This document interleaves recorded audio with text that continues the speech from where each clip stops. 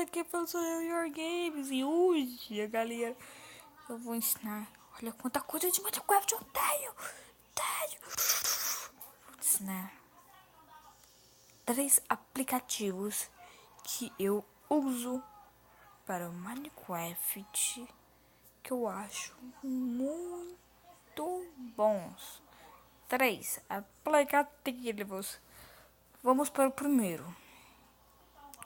O Texture Packs. Esse daqui, Texture Packs, tem várias texturas. Essa você vir aqui, ó,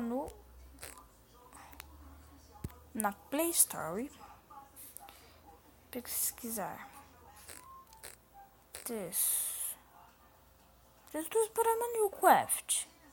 Aí vai aparecer isso daqui que tá marcado, que eu tô marcando aqui. Texture Pack.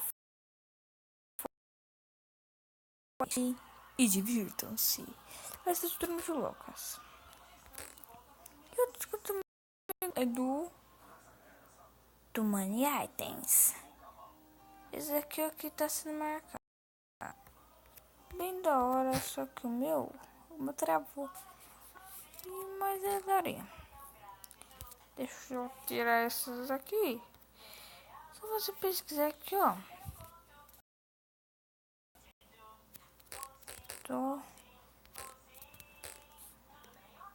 Money Items.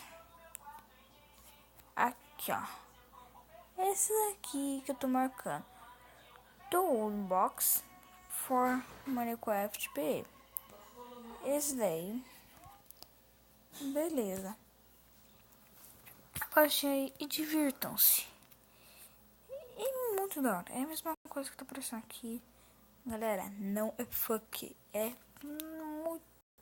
muito louca. Stone. Nossa. É muito da hora. Dá pra você adicionar caverna, neve. Dá pra você feitiçar. Nossa, muito bom. Aí tem os comentários. O último que não pode faltar, né, galera, que é o Block Launcher. Block Launcher é muito bom. Block Launcher.